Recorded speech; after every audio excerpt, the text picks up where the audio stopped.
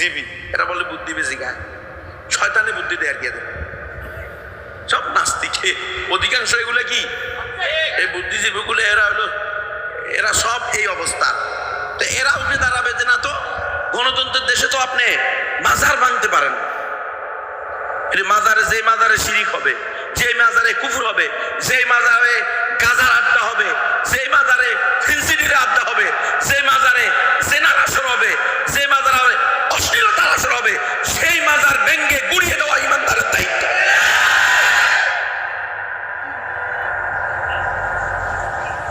আর ওই সমস্ত বুদ্ধিজীবীরা এসে আপনাকে বুদ্ধি দিবে, না না আপনি গণতন্ত্রের দেশে এই কাজ করতে পারেন না।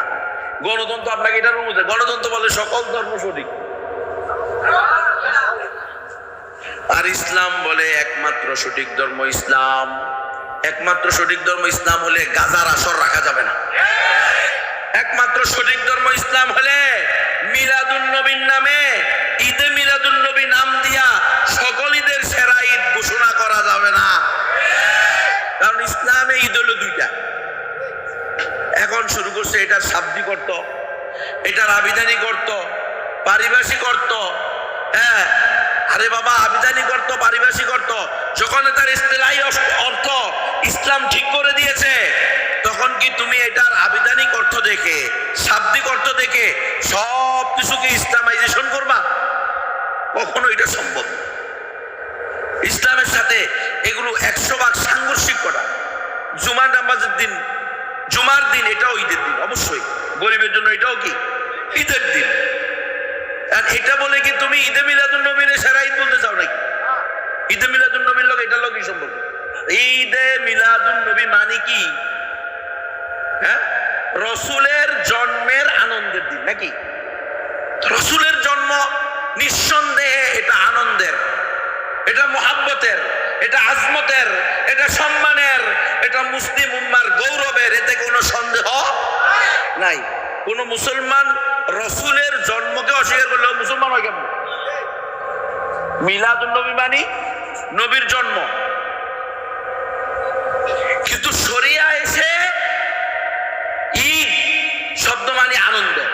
শরিয়া এসে, আল্লাহর আইন এসে, রসুলের সুন্নাহ এসে ঈদের একটা পারিভাষিক অর্থ দাঁড় করিয়েছে, ইসতিলাহি অর্থ বর্ণনা করেছে। পুরা বছরে এটা পালিত, ঘোষিত। ঈদুল ফিতর, ঈদুল আজহা, এই দুইটা ঈদ, বুকরা ঈদ আর কি রমজান ঈদ, এই দুইটা ঈদ। এর বাহিরে তৃতীয় কোনো ঈদ ইসলাম কি নির্ধারণ করছে? আজকে এই ধরনের কথা বলার মানে কি? তো সালাত শব্দের অর্থ হইল কোমর ডুলানো। এই সালাত শব্দের অর্থ কি? কথা বলেন, কোমর ডুলানো। এখন যদি পরিমণি ড্যান্স দিয়ে কয় যে আমি নামাজ পড়ছি, নিতম্ব হিলানো। সালাত শব্দের অর্থ কি? একটা অর্থ, একটা অর্থ কি? হজ। হজ শব্দের অর্থ কি? ইচ্ছা কর। এখন কেউ যদি চুরি করার ইচ্ছা করে বলে যে আমি হজ করছি, জেনা করার, ধর্ষণ করার নিয়ত করে বলে যে আমি হজ করছি, এটা হজ হবে? হ্যাঁ, জিহাদ শব্দের অর্থ হলো চেষ্টা করা। হ্যাঁ, এখন যে কোনো কাজের চেষ্টা করলে ওটা জিহাদ হবে? তো জিহাদ, সালাত, নামাজ, ঈদ এগুলো কোরআন আসার পূর্বেও, ইসলামী শরিয়া আসার পূর্বেও আরবি ভাষায় ছিল। ছিল কি ছিল? যেহেতু এগুলো আরবি ভাষা, কিন্তু যখন ইসলাম এসে গেছে, কোরআন এসে গেছে, রসুল এসে গেছে, সুন্নাহ এসে গেছে, তখন ইসলামী শরিয়া এগুলো একটা সুনির্দিষ্ট ব্যাখ্যা দিয়েছে। দিছে কি দেয় নাই?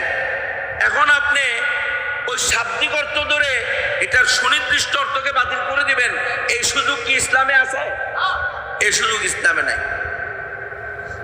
এই সিরাতুন নবী সম্মেলন আলহামদুলিল্লাহ অত্যন্ত গুরুত্বপূর্ণ।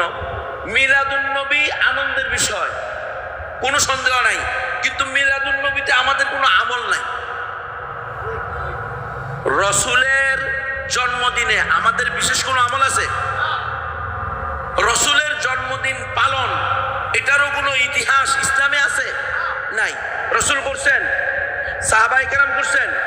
রসুলের জন্মদিবস যদি পালনীয় হতো, বলে সাহাবায়ে কেরাম ছিলেন উশাকে রাসূল, রাসূলের সবচেয়ে বড় আশিক।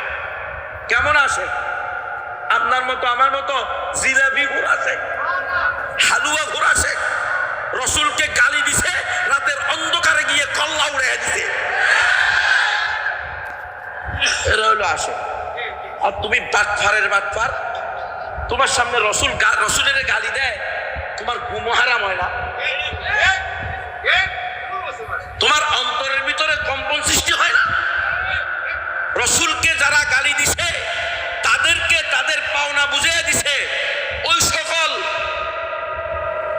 উম্মতের শার্দুল যুবকদেরকে, উম্মতের বীর পুরুষদেরকে ফাঁসির রায় দিয়ে জেলখানার অন্ধকার প্রকোষ্ঠে আটকিয়ে রাখছে। তোমার মতো আশিক রাসূল ওই সকল বীর পুরুষদের, বীর মুজাহিদদের, ওই সকল প্রকৃত মুমিনদের পক্ষে একটা কথা বলার তৌফিক হয় না। মিথ্যুক,